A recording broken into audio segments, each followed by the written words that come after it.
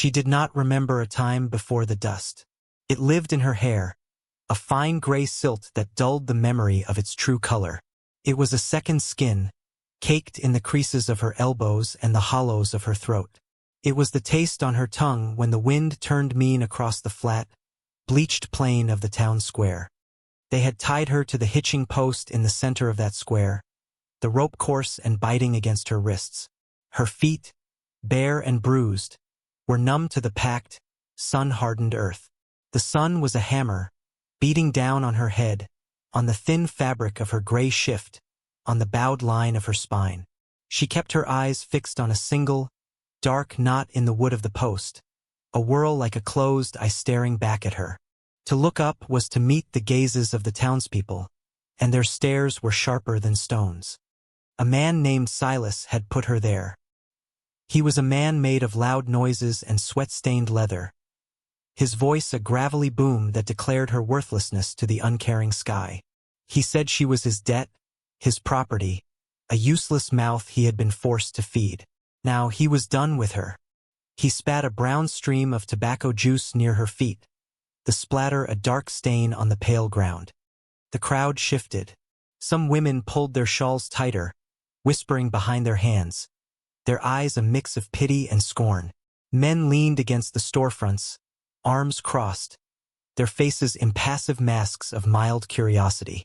A child pointed, and his mother quickly slapped his hand down, pulling him away.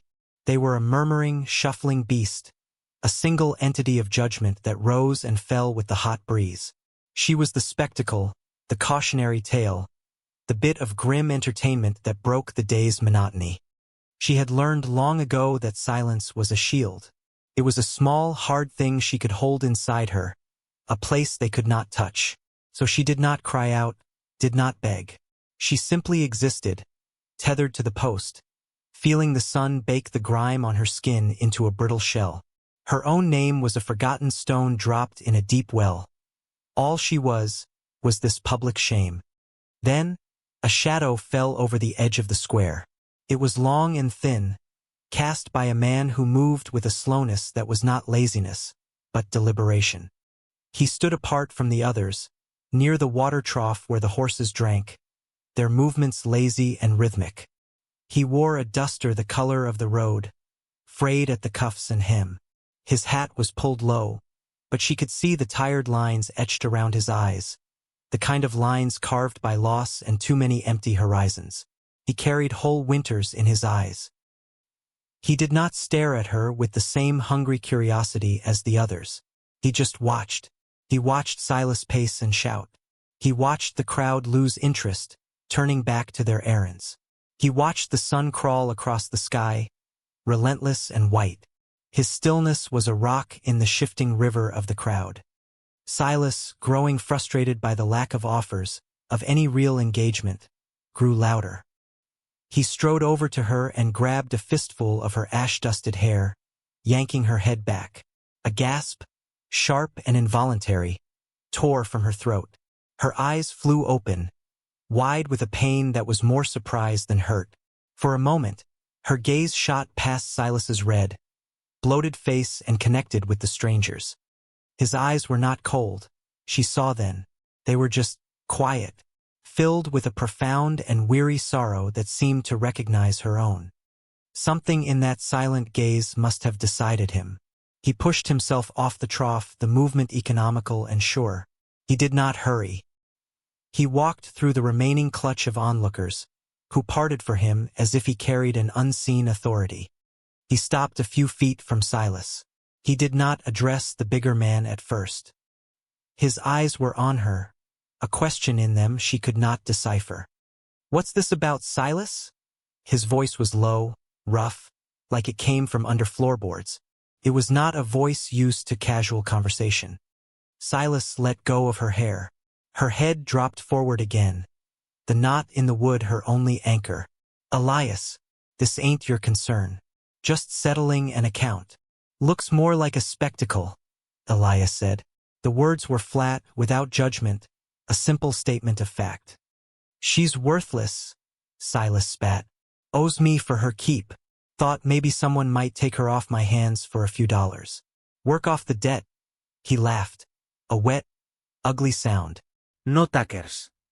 Elias's gaze flickered from Silas to her, then to the worn leather pouch at his own belt. He was a rancher. She could tell by the set of his shoulders and the way his hands were cracked and calloused. A man who worked the land alone. I'll take her, Elias said. The words hung in the hot, still air. They were so quiet, so devoid of drama, that for a moment Silas just blinked at him. The last of the crowd murmured, turning back. This was new. You? Silas's disbelief curdled into a sneer. What's a man like you want with this? Got no use for her. She's thin as a fence rail and half-broken. Elias ignored him. He reached into his pouch and pulled out a few coins. Not many. They shone with a dull, worn luster in his palm. He held them out. For the debt. Silas's eyes narrowed, gauging the man, the offer. He saw the implacable set of Elias's jaw, the finality in his posture. This was not a negotiation. Silas snatched the coins, his greed overriding his pride. Fine. She's your problem now. Elias did not acknowledge him further. He walked past the blustering man and stopped in front of her. She flinched as he reached for his belt, her body tensing for a blow. But he only drew a small, well-used pocketknife. The blade clicked open. He said nothing. He simply reached out and, with two swift, clean cuts, severed the ropes at her wrists. The frayed ends fell away. He did not touch her skin. He stepped back immediately, giving her space, his presence a quiet wall between her and the rest of the world. She remained motionless for a long moment, her hands still held in front of her as if the ropes were still there. Slowly, tentatively, she lowered them. Red welts, raw and angry, circled her wrists. She rubbed them, the friction a strange, new sensation of freedom and pain. Elias gestured with his head toward a patient-looking horse tethered nearby. Come on. It was not a command, but a statement of direction. She looked at him, then at the townspeople who were already dispersing. Their show concluded. She looked at the ground, then lifted her gaze back to his face. He waited. He did not rush her. He simply waited for her to make the choice to follow. She took a single, faltering step, then another. She followed him away from the post, her bare feet leaving faint prints in the dust that lifted behind them like ghosts. The journey was a long, silent procession across a land that seemed to stretch into forever. Elias rode his horse, a stoic silhouette against the endless sky. She walked behind, her steps shuffling and uneven on the hard-baked earth. The sun beat down, and the world was painted in shades of brown and ochre and the pale, washed-out blue of the heavens.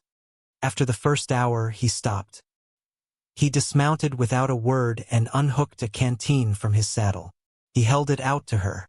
She stared at it, then at his hand. It was a large hand, the knuckles scarred, the skin cracked from sun and labor. It was a steady hand. She reached out with trembling fingers and took the canteen. The metal was warm from the sun, but the water inside was cool, tasted of tin and salvation. She drank until her throat no longer felt like it was lined with sand, then handed it back. He nodded, took a swallow himself, and looped it back onto the saddle. He did not get back on his horse. He took the reins and began to walk, leading the animal. His pace was slow, measured to match her own weary shuffle. It was the first true kindness she had been shown in a time she could not measure. It was a language she understood better than words. The silence between them was no longer empty. It was filled with the slow rhythm of their footfalls and the jingle of the harness. A vast and open space where questions were not asked and answers were not required.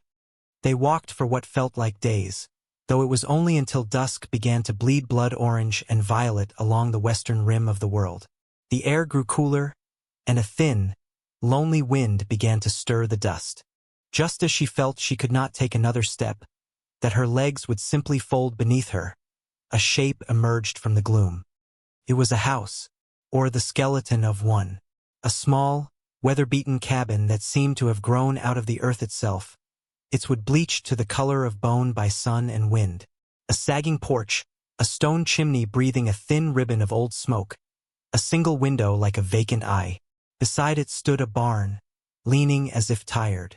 And a little way off, under a solitary twisted juniper, was a small, fenced plot of earth with a simple wooden cross. This was his home. It was a reflection of the man himself, isolated, functional, weathered, and haunted. He led the horse to the trough by the barn, then turned to her. He gestured toward the cabin. "Go on inside." She hesitated on the porch steps. The wood groaned under her weight. The front door was ajar. Pushing it open, she stepped into a single, large room. It was dark inside, the last of the light struggling through the grimy window pane. The air was cool and smelled of wood smoke, old wool, and something else. A faint, lingering scent of lavender and loneliness. A stone fireplace dominated one wall, its hearth swept clean. A rough-hewn table with 2 chairs stood in the center of the room. A cot was pushed against the far wall, a simple blanket folded neatly upon it. And in the corner, a door led to what must be a smaller room. The whole place was spare, stripped to its essentials, yet meticulously tidy. There was a discipline to the emptiness. Elias entered behind her, his presence filling the small space. He did not light a lamp. He moved with a familiar grace in the gloom, stoking the embers in the fireplace until a small, hesitant flame flickered to life. The firelight threw dancing shadows on the walls, making the cabin seem to breathe. He gestured to the table. He had brought in a sack. From it, he took a loaf of dark bread and a piece of cheese. He cut both with the same knife he'd used on her ropes and pushed a portion across the table to her. Food. Another offering without words. She sat, her movements stiff. She ate slowly, methodically, the coarse bread a miracle in her mouth. He ate his own portion standing by the fire, his back mostly to her. When she was finished, he took her plate. He pointed to the closed door in the corner. "You can sleep in there," he said. "The bed is made." She looked at the door, her heart giving a small, frightened lurch. A closed door was a trap. As if reading her mind, he added, his voice low and steady, "I don't lock doors. Not in this house." He then moved to his own cot, pulled off his boots with a heavy sigh, and lay down, turning his face to the wall. The contract was established. Food, shelter, safety, and space. These were the terms, unspoken but absolute. She went to the small room, her bare feet silent on the cool floorboards. Inside was a narrow bed, a small window looking out into the vast, starry darkness, and a single empty dresser. The air was still, as if holding its breath. She did not close the door all the way, leaving a crack of warm firelight to spill across the floor. She lay down on the mattress, fully clothed, and for the first time in a long, long time, she slept without fear of what the morning would bring. Days bled into one another, marked not by a calendar but by the rising and setting of the sun. A routine began to form, a silent dance of 2 solitary people sharing a space. He would rise before dawn, the scrape of his boots on the floor her alarm. He would be gone for hours, tending to his few cattle, mending fences that stretched out into the vast, indifferent landscape. In the beginning, she did nothing. She stayed inside the small cabin, a ghost haunting the edges of his life. She watched him from the window, a distant figure moving against the horizon. The house was her shell, and she did not know how to leave it. The silence was deep, broken only by the howl of the wind or the crackle of the fire he built each evening. Then, one morning, she picked up the broom. The floor was clean enough, but the act of sweeping was something to do, a rhythm for her hands. She swept the floorboards until they were bare and pale. The small, repetitive motion was calming. It was a start. The next day, she washed the single window, scrubbing away layers of grime until the morning light could pour in, clear and sharp, illuminating the dust motes dancing in the air. The house seemed to sigh, to breathe again. Elias never commented on these changes. But when he came in that day, he paused for a fraction of a second in the doorway, taking in the clean window, the brighter room. He just nodded, a slight, almost imperceptible dip of his head, and went about his business. His acknowledgement was as quiet as her work. She started venturing outside. Her first forays were timid, just to the porch steps, then to the well to draw a bucket of water. The world felt enormous, the sky a crushing weight after the confines of the cabin. She saw him working in the distance, a steady, tireless presence. She began to notice things, the way the wild grasses bent in the wind, the cry of a hawk circling high overhead, the hardy nature of the small, purple flowers that grew in stubborn clumps near the foundation of the barn. One afternoon, she walked to the small, fenced-in grave beneath the juniper tree. The wooden cross was weathered, the name carved into it faded by the elements. Anna. She stood there for a long time, the wind pulling at her thin shift. She felt a kinship with this silent occupant of the land, another woman who had known this solitude. The next day, she came back and placed one of the small, purple wildflowers at the base of the cross. A tiny offering. When Elias came home that evening, he carried a heavy wool shawl. It was old and smelled of cedar. He didn't hand it to her. He just laid it over the back of her chair at the table. "Nights are getting cold," he said, his eyes on the fire. It was a shield, a warmth, a gift. She wrapped it around her shoulders, the coarse wool a comforting weight. They worked in parallel, stitching their lives together with raw, unspoken thread. While he repaired a broken harness, she learned to use the needle and thread she found in a small tin box to mend the tears in his work shirts. While he chopped wood for the coming winter, she cleared a small patch of earth near the house and began to coax a few hardy greens from the stubborn soil. Section he would leave broken tools on the porch, a hoe with a loose handle, a bucket with a small leak. When he returned, they would be fixed. She would leave a pot of thin stew simmering on the hearth. It would be eaten. These were their conversations. His cooking was a thing of grim necessity. Hardtack biscuits and dried meat, coffee thick enough to stand a spoon in. One evening, he made a loaf of bread that was dense and burnt on the bottom. He sawed off a piece and chewed it with stoic determination. He caught her watching him. "Little dry," he grunted, a flicker of something like humor in his tired eyes.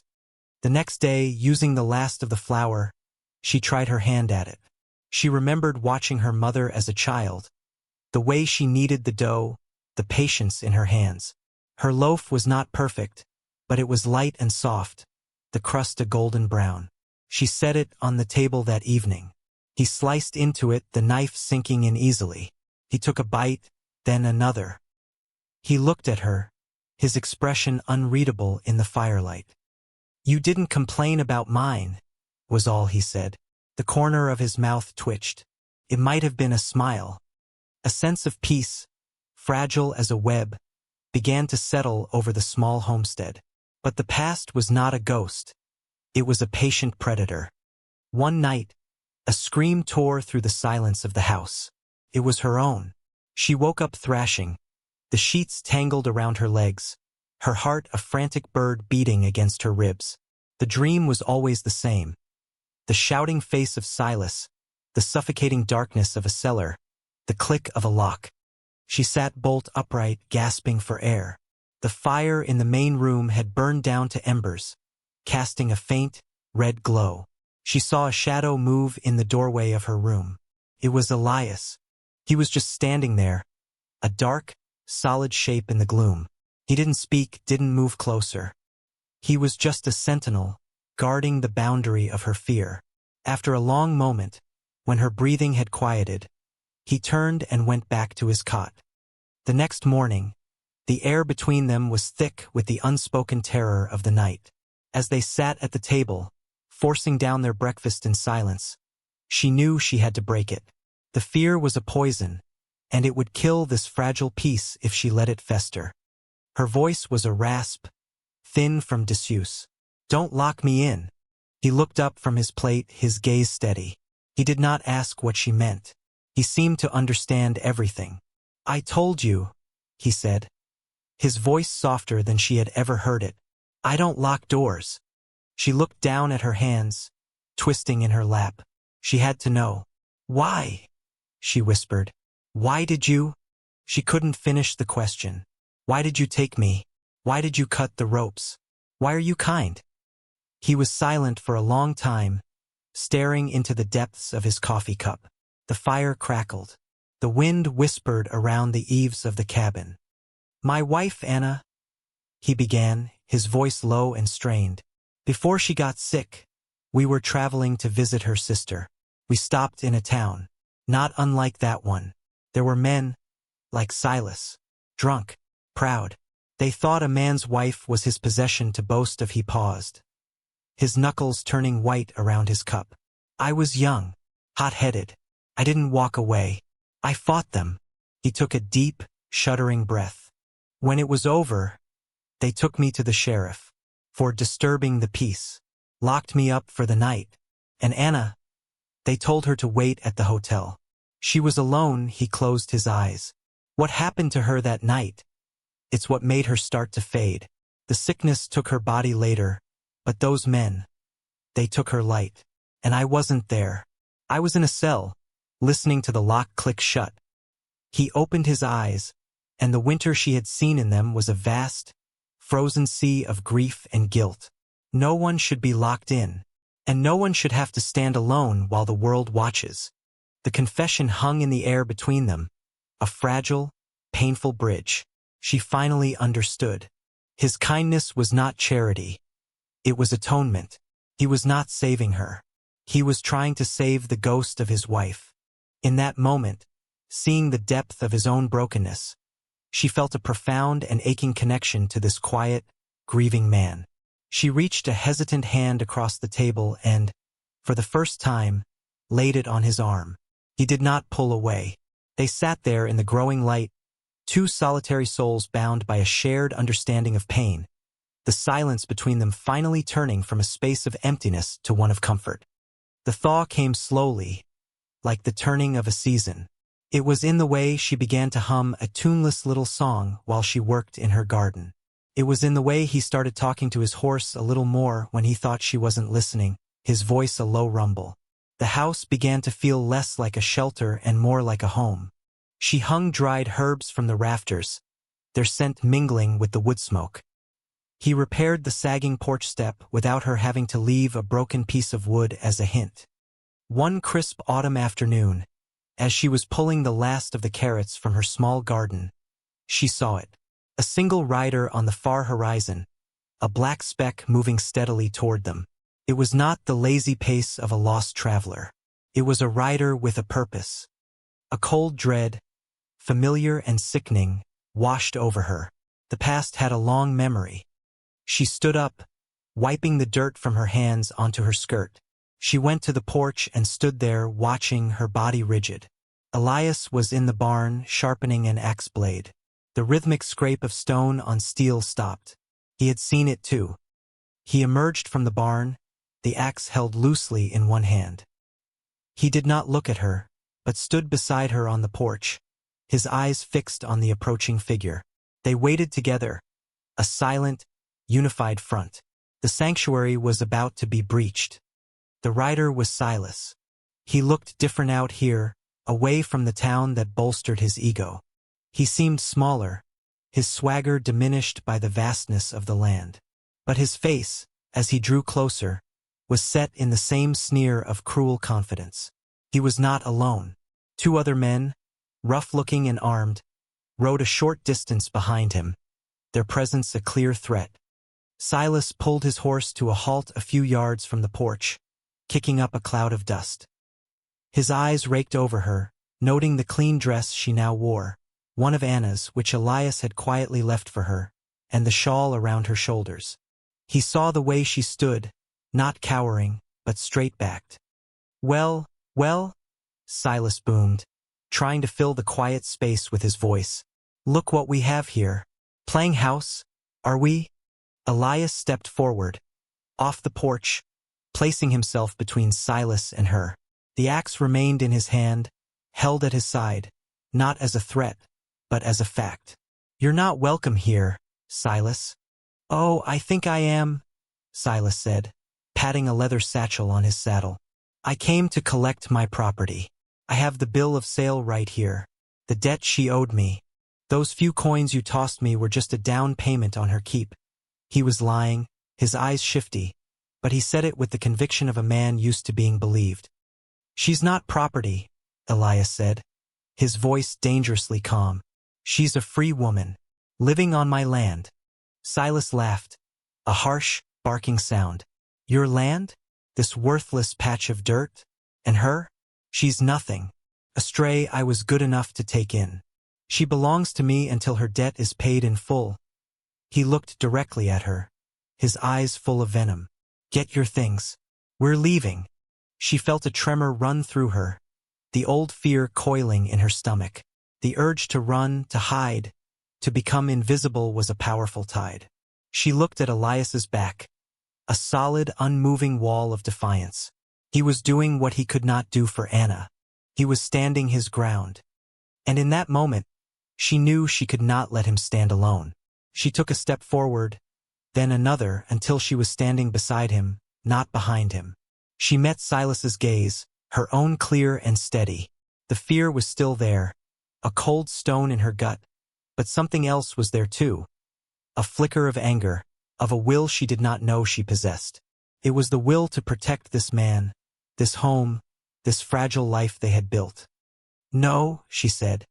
The word was quiet, but it cut through Silas's bluster like a knife. It was the first time she had ever spoken in his presence with anything other than a scream or a gasp. He stared at her, genuinely surprised. What did you say? He snarled, his face turning a blotchy red. I said no, she repeated, her voice gaining strength. I am not your property. I am not going anywhere. Silas's face twisted in fury. He looked from her to Elias, then to his two men, as if for support. You hear that? The little stray has found its tongue. He started to dismount, his hand moving toward the pistol at his hip.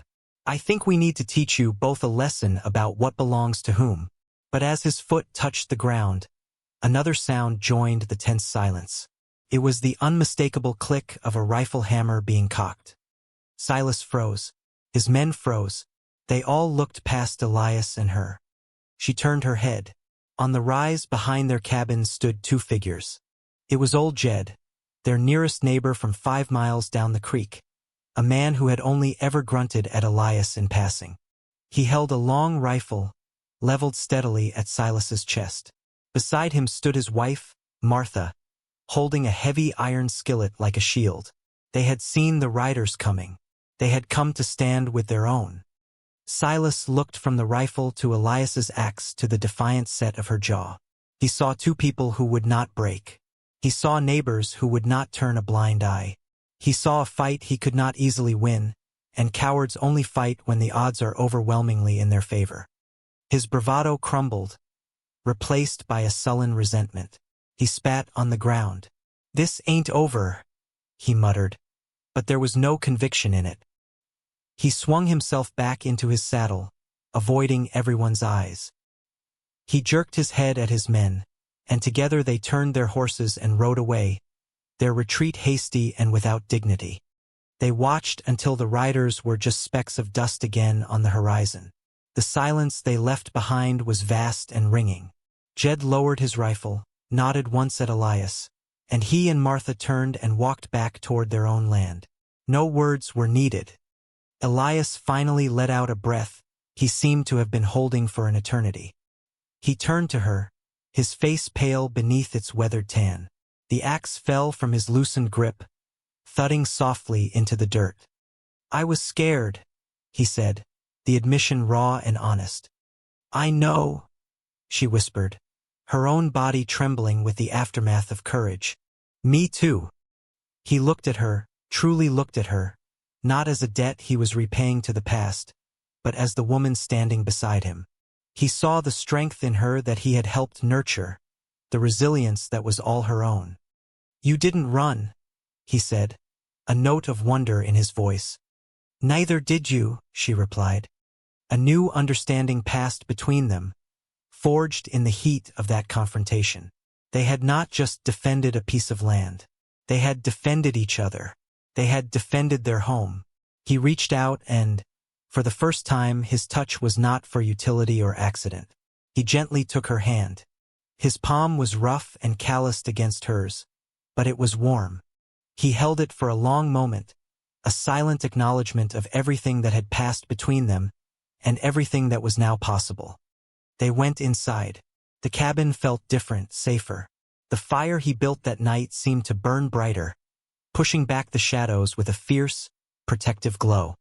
The confrontation with Silas changed the air, the light, the very soil of the homestead. The threat had been met and turned away, not by one person but by two. The foundation of their shared life, once built on unspoken agreements and quiet gestures, now rested on a bedrock of shared victory.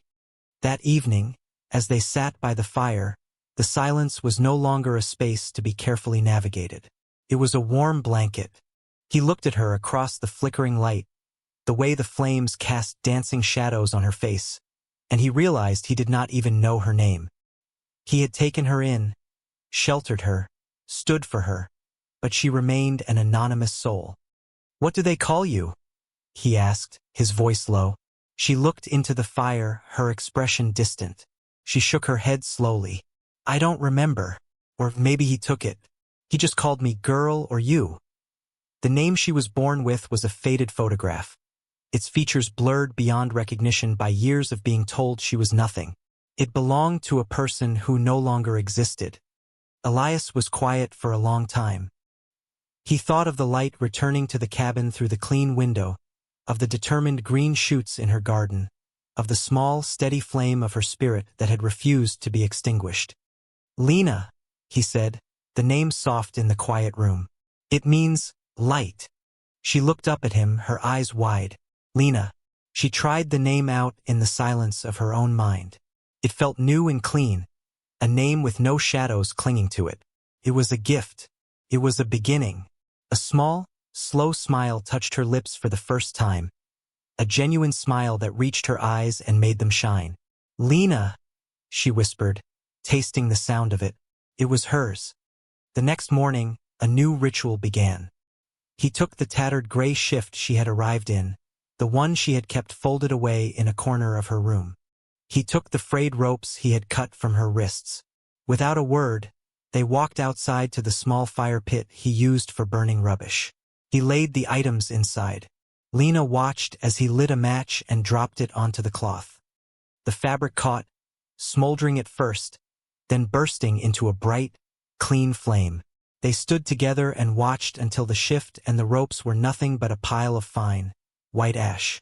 The wind caught the ash and scattered it, carrying the last remnants of her passed away across the plains. It was a baptism by fire. Fire only changes everything if something new is waiting in the ash. In the weeks that followed, they worked to make the homestead truly theirs. They rebuilt the section of fence near the road, not because it was broken, but because they wanted to. They worked side by side, their movements falling into an easy, familiar rhythm.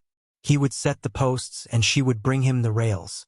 Their hands would brush as she passed him a tool. Each touch was a quiet conversation. One day, he came back from a rare trip to a different town, one further south where Silas's name meant nothing. He brought back a small sack of flour, a packet of seeds for next spring, and a small, framed mirror. He hung it on the wall in her room. When she saw it, she stopped, her breath catching in her throat. She stared at her reflection. She saw a woman with sun in her hair and color in her cheeks. She saw a strength in her eyes she did not recognize. She saw Lena. The final image of their old life dissolving came not with fire, but with water. The first snows of winter arrived, blanketing the land in a thick layer of pristine white. It covered the dust, softened the harsh lines of the landscape, and silenced the world. The cabin, with smoke curling merrily from its chimney, became a beacon of warmth and life in the vast, white expanse. The house no longer felt haunted by Anna's absence.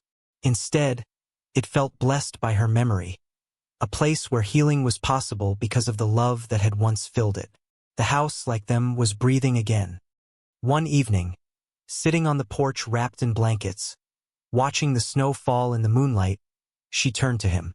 "You're either the kindest man I've ever met," she said softly, "or the most foolish." He looked out at the peaceful, snow-covered land, a land that was no longer lonely. A rare, true smile touched his lips. "Can't I be both?" She leaned her head against his shoulder, a simple, trusting gesture that spoke volumes. He put his arm around her, holding her close against the cold. They sat there for a long time, watching the world turn white. No longer two broken people sheltering from the storm, but a family, small and quiet. A new beginning built from the ashes of the old. The land itself seemed to be holding its breath, waiting for the spring that was sure to come. This story, it ain't just about rescue. It's not about a strong man saving a damsel. Anyone can cut a rope. Anyone can offer a piece of bread. That's the easy part. No, this story is about the quiet courage it takes to build a home inside the walls of another person's heart. It's about the slow, patient work of earning trust, of mending what's broken not with grand declarations, but with a fixed tool, a clean window, a shared meal. It's a story that says your worth isn't decided in the town square, under the hard gaze of a judging crowd. It's decided in the silence when you choose to stand for someone and, more importantly, when you finally choose to stand for yourself. It's about being given a name, yes, but it's also about the bravery it takes to answer to it, to live it, to become it. So here's your naming. You are not your scars. You are not the names they called you. You are the quiet home you build from the wreckage. And if you're brave enough to sweep the floor and plant a garden in stubborn soil, you might just find that the person working alongside you isn't just mending your fences. They're helping you mend your soul.